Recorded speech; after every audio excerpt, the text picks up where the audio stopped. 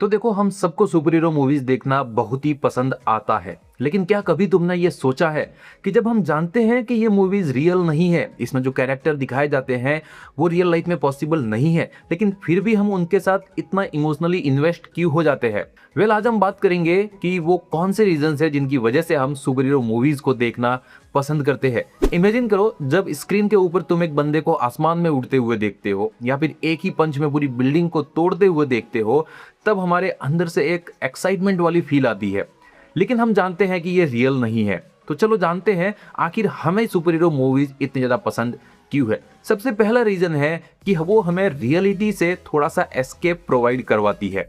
देखो, हमारी real life को अगर तुम देखोगे तो उसमें क्या है? ऑफिस का स्ट्रेस है, फिर पैसों की टेंशन है, और फिर डेली का स्ट्रगल है। और उसके बाद जब हम सुपर हीरो मूवी देखते हैं जहां पर एक नॉर्मल बंदा अचानक से बन जाता है सुपर हीरो, जैसे कि एग्जांपल ले लो स्पाइडरमैन का। वो एक नॉर्मल स्टूडेंट है, स्ट्रगल कर रहा है, लेकिन जब उसे पावर्स मिलती है और जब वो स्पाइडरमैन का सूट पहनता है, तब पूरी सिटी उसके ऊपर डिपेंड होती है। हर कोई उसे पसंद करता है। हालांकि स्ट्रगल तो उसे तब भी करना पड़ता है, लेकिन फिर भी ये सीन, ये मूवी हमें हमारी रियल लाइफ की प्रॉब्लम से थोड़ा सा एस्केप देती है, जहां पर भले ही उस दुनिया के अंदर प्रॉब्लम्स बहुत बड़ी हो, लेकिन उसका जो सॉल्यूशन है वो उससे भी ज्यादा पावरफुल दिखाया जाता है। और यही एक्सपीरियंस हमें इन सुपर हीरो मूवीज से कनेक्ट करता है। अगला जो रीजन है वो है पावर की फैंटेसी। देखो, तुमने भी कभी ना कभी तो ये सोचा ही होगा कि काश मेरे पास भी सुपर पावर्स होती, जस्ट लाइक आयरन मैन, जिसके पास कोई सुपर पावर नहीं है, लेकिन अपने इंटेलिजेंस और टेक्नोलॉजी के दम पे इस बंदे ने गॉड लेवल अचीव किया है। या फिर एग्जांपल ले लो बैटमैन का, जिसके पास कोई सुपर पावर नहीं है, लेकिन अपने डिटर्मिनेशन और डिसिप्लिन की वजह से वो सुपर हीरो बन गया। ये मूवीज हमें ये फील करवाती हैं कि ऑर्डिनरी से एक्स्ट्रा ऑर्डिनरी बनना पॉसिबल है। बस हमें यही फीलिंग बार बार इन मूवीज को देखने के लिए मजबूर करती है।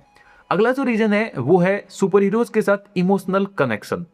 देखो, सुपर हीरोज इमोशनली ब्रोकन भी होते हैं, जैसे कि थॉर ने अपनी फैमिली को खोया, बैटमैन ने अपने पेरेंट्स को खोया, और यही पेन, यही स्ट्रगल, ये हमें रिलेट करने पे मजबूर करता है इन कैरेक्टर्स के साथ। क्योंकि कहीं ना कहीं हम सब अपनी रियल लाइफ के हीरो बनना चाहते हैं, लेकिन हमारे अपने स्ट्रगल के साथ, और इसीलिए हमें ये मूवीज इतनी ज्यादा रिलेटेबल लगती है। अगला जो रीजन है वो है फिल्मों के अंदर दिखाया गया गुड वर्सेस इविल का कॉन्सेप्ट। क्योंकि अगर तुम रियल लाइफ को कंसीडर करोगे तो यहाँ पर सब कुछ ग्रे कैरेक्टर होते हैं। मतलब कि यहाँ पर तुम प्रॉपरली जज नहीं कर सकते कि ये गुड है और ये इविल है, सब कुछ एक जैसा है। बट सुपर हीरो मूवीज के अंदर हम डिफरेंशिएट कर पाते हैं गुड और इविल के बीच में, हीरो और विलन के बीच में। और जब हीरो जीतता है तब वो सिर्फ एक कैरेक्टर की जीत नहीं होती, बल्कि हमारी उन उम्मीदों की जीत होती है जो हम उनसे लगा के बैठते हैं।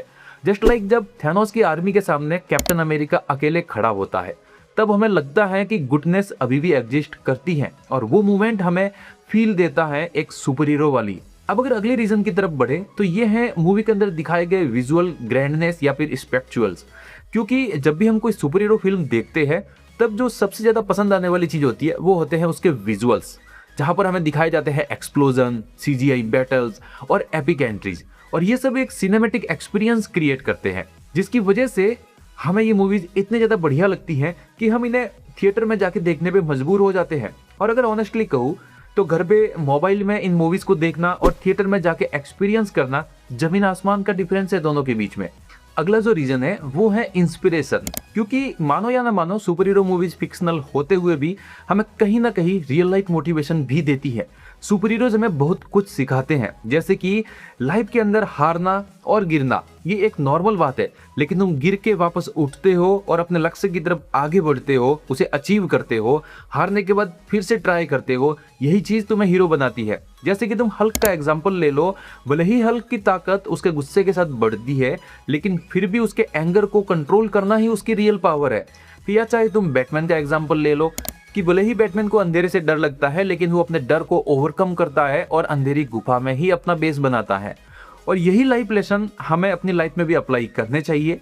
इसलिए सुपर हीरो मूवीज हमें सिर्फ एंटरटेन नहीं करती, बल्कि हमें लाइफ लेसन भी देती हैं, और शायद इसीलिए हम इन मूवीज को देखते भी है। अब अगर फाइनली इस पूरे वीडियो को लेकर अपना वर्डिक्ट दूं, तो सुपर हीरो मूवीज हमें सिर्फ एंटरटेन नहीं करती, बल्कि वो हमें रियल लाइफ और रियल प्रॉब्लम से टेम्पररी एस्केप देती है, हमें पावर का फील देती है, इमोशनली हमसे कनेक्ट करती है और सबसे इंपॉर्टेंट वो हमें इंस्पायर करती है। इसलिए अब जब भी अगली बार तुम इन सुपर हीरो मूवीज को देखने के लिए थिएटर तक जाओ, तब सिर्फ तुम इन फिल्मों को मत देखो, बल्कि इन्हें फील करो और अपने अंदर के हीरो को भी फील करो। और कमेंट करके बताओ तुम्हारी फेवरेट सुपर हीरो मूवी कौन सी है, तुम्हें सुपर हीरो मूवीज क्यों पसंद आती हैं और तुम्हें ये वीडियो कैसी लगी। अगर वीडियो अच्छी लगी हो तो वीडियो को लाइक करना मत भूलना। ऐसे ही और वीडियोस के लिए चैनल को सब्सक्राइब कर देना और बेल आइकन ऑन कर लेना। इसके अलावा मैंने हॉरर मूवीज हमें क्यों पसंद आती हैं और हमें टाइम ट्रैवल मूवीज क्यों पसंद आती हैं, इसके ऊपर भी वीडियोस बनाई हुई हैं, जिसकी लिंक तुम्हें फ्लैश हो रही होगी एंड स्क्रीन के अंदर, तो उन्हें भी तुम चेकआउट कर सकते हो। मिलते हैं अगले वीडियो में।